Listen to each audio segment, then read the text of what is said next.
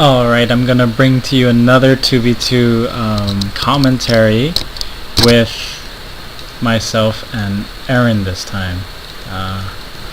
This time I wanted to talk about I guess the sort of luck that kind of happens in 2v2 and how the correct solution is not always the is not always the obvious solution, and this game is a very interesting indicator of that.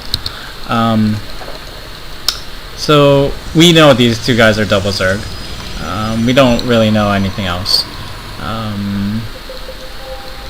These guys enjoy talking. I don't really know why. But yeah, this game actually turns very, very weird very, very quickly, and there are many decisions to make in the very early game, and it just goes to show, at least in my mind, that the correct decision can be thought up of on the complete fly. So Aaron's probe gets in. She sees a creep, she's going, and I'm going to pause. Boom, pause. You see right here these three larvae? These three larvae indicate something's wrong. The person's either going to be very bad, or it's an early pool, and these are going to be lings. So we're going to look, and you can see no Jones. No Jones. So where is that pool? Where is that pool? Boom, it's out. So boom, we know 6 pool. Okay? That's our read on this current situation. She goes into this guy's base. Oh, no Jones. Pool's out. Double 6 pool. So here, we're going to pause. We just scouted the double 6 pool. What is it exactly that should be happening right here? My build can't really be altered, as you can see. And Aaron's first pylon being here is going to make it hard. She can't really wall. She's going to start another pylon up here to maybe start a wall, but that's going to take a while. So what is the correct move here? For me, I just drop my pool and I just hope to God that I hold. There's really not too much Azure can do in this situation. It's kind of just go on your merry way and hope that you hold. Save larva for the lings. If I really wanted to, I could have made this or I can make the next larva into an overlord, and then I'll have 3 larvae for when the pool comes out, but you'll be floating a lot of money. So I actually build the next drone to go up to 15 and then get an overlord like standard. If I was in Aaron's position, I would drop a forge here. I would drop probably a pylon here to block this route. Maybe a gateway here, and then a cannon here, and kind of force them to make this kind of a funnel in here. Yeah, that's probably what I would do if I was Aaron. I would not have built this pylon. But we're going to see how this game plays out and exactly what happens.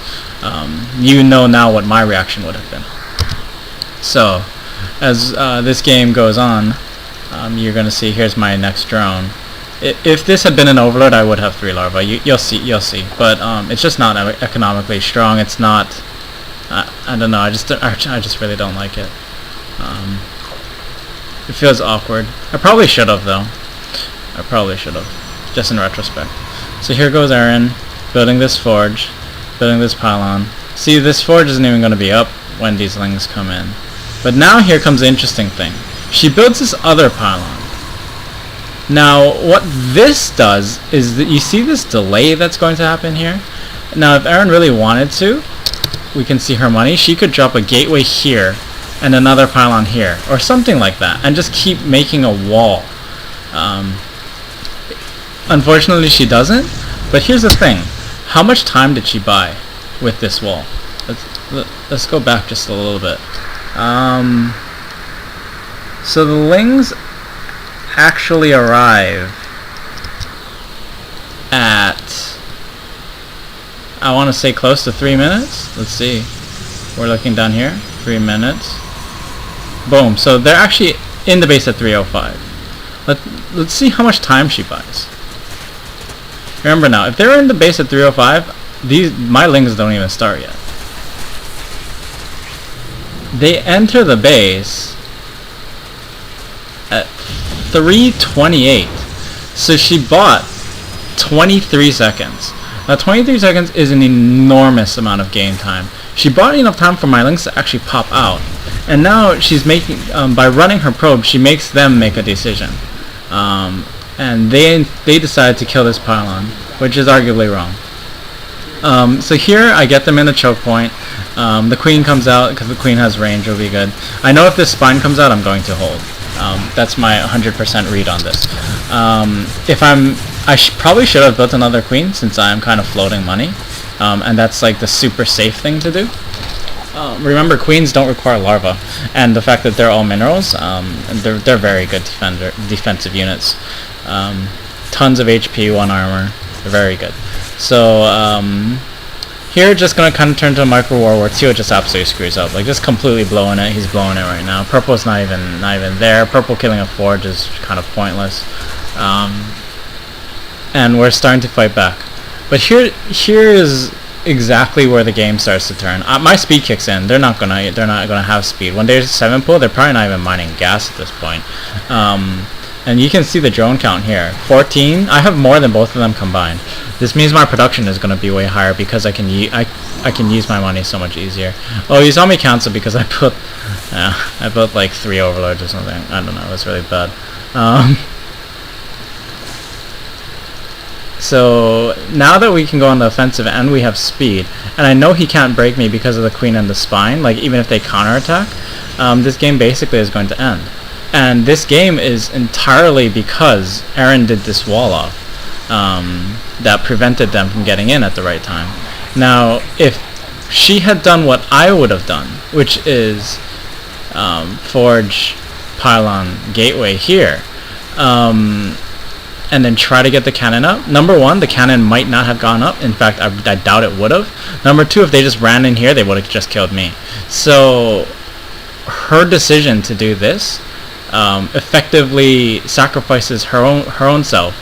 But look, she still maintained most of her probes. Look who has the most workers in the game at the end of the game.